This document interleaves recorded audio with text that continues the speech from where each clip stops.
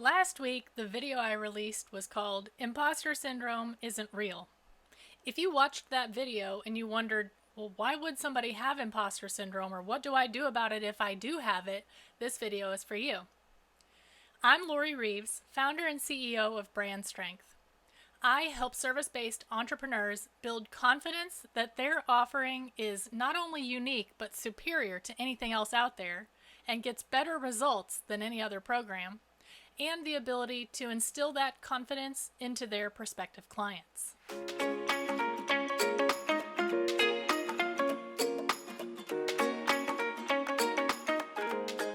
Okay, so if you watched my last video last week about imposter syndrome and you find yourself having a case of it and wondering what you do now, this video is for you. Today I'm going to talk about 3 different things that cause imposter syndrome and what you can do about it. The first thing that causes imposter syndrome is a lack of experience. Think about anything that you have a lot of experience in. It could be cooking, it could be a craft, it could be some part of your job performance. Anything that you know you could give somebody advice about and not ever question if the advice you're giving is good advice or bad advice. So take, for instance, I'm an avid baker. So I might give somebody advice about baking a certain thing and never once feel like, ooh, I'm a fraud. I should never be telling somebody what they should do because I'm not an actual baker. I don't own a bakery. Like, those thoughts don't even go through my mind, right? I have enough experience. I've done enough things in the kitchen to be able to translate what I know I can help somebody with into words easily and quickly and without any kind of emotional or mental head game that I have to get myself past. So when you have a lot of experience doing something, it's just natural for you to share your experiences, share helpful little tidbits of advice, and just help somebody else through the process if they're new to whatever you're an expert at. The same thing happens when you're building your business, especially if you're kind of new in what you're doing. So let's say you're a life coach and you're just now starting to serve your clients. Your lack of experience can make you feel like a fraud just because you don't have much experience. So what you can do is just continue to get that experience. And remember that you don't have to have paying clients to consider it experience that gives you knowledge that you can share with other people. You can do this either by gifting people coaching services, maybe not full programs, but maybe a coaching session. Or you can do it just by having conversations with people about the kind of coaching that you help people with. So if you're a weight loss coach, just having small conversations with people about things that they can think about to improve their weight loss journey is giving you the experience that you'll need to have more confidence in the advice that you're able to share. The second thing that causes imposter syndrome is struggling to get any one client to their successful result. So if you have been working with people and you have found that either something that's happening within them is keeping them from making full progress, or something that you're doing within your own business is keeping you from being able to do exactly what you want to do with your clients, then that struggle in the past can make you feel like an imposter moving forward. So I would like to recommend that you sit down and think through what struggles you've had. Is it on your client's side? Is it on your side? And what could you do to eliminate that struggle? You could either create something, talk to somebody else who can add that in. There are lots of different options of how you can help either your client or yourself get through that struggle, and then you will have more confidence in your offering because you know that you've taken the time to address the things that are keeping that dreamy result from happening.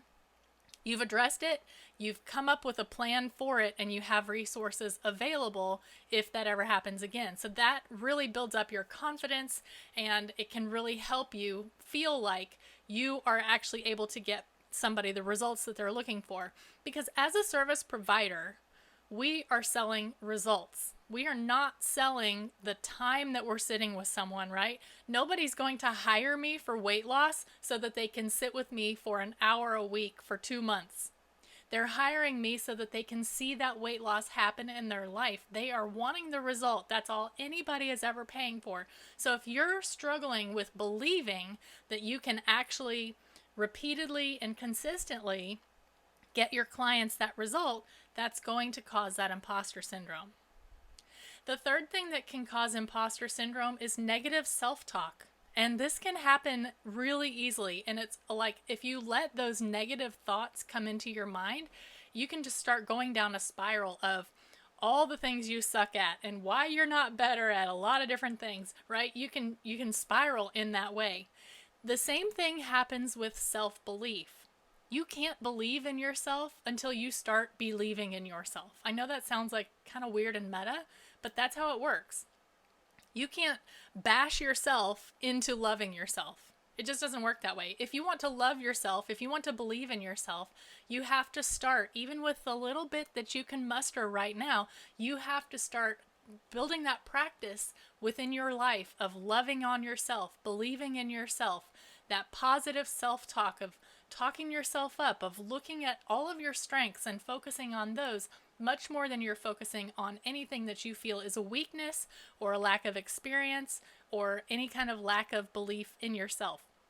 Because when you are confident that you can get your clients to the results that they're looking for, that confidence comes through you, right?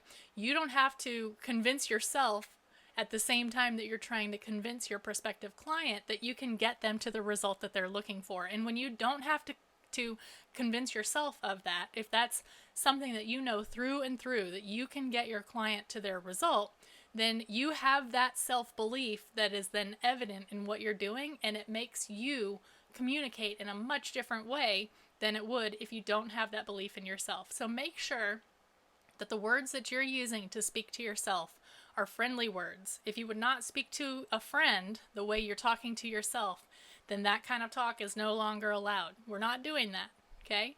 And I know it can feel like you're being pompous and arrogant, but the difference is between arrogance and confidence is that arrogance exists so that you can prove to other people that you are better than them. That's the whole tenet of arrogance, right? Being better than other people.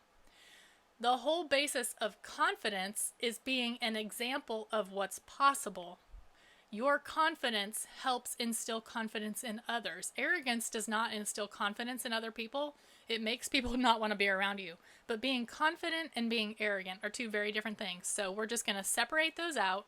We're not going to think about being better than anyone else besides knowing that our program that we have spent so much time and labor and thought and effort in to make sure that we can get our clients from where they're struggling to the result that they want to make and see in their life.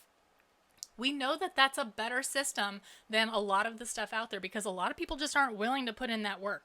So if you are, and you know you can get your clients to those results, have confidence, talk yourself up to yourself, believe in yourself, love yourself, and watch your whole life and business change.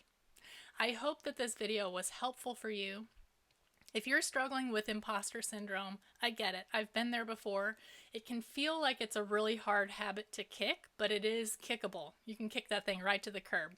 So I would love if you would give me a like, subscribe to my channel. You can also come over to my free Facebook group where we have a community of entrepreneurs who are working together, well, not working together, but working alongside each other to build themselves up to the best version of themselves that they can be and to become best in their industry. So I'd love for you to join us over there as well, and I hope to see you in my next video.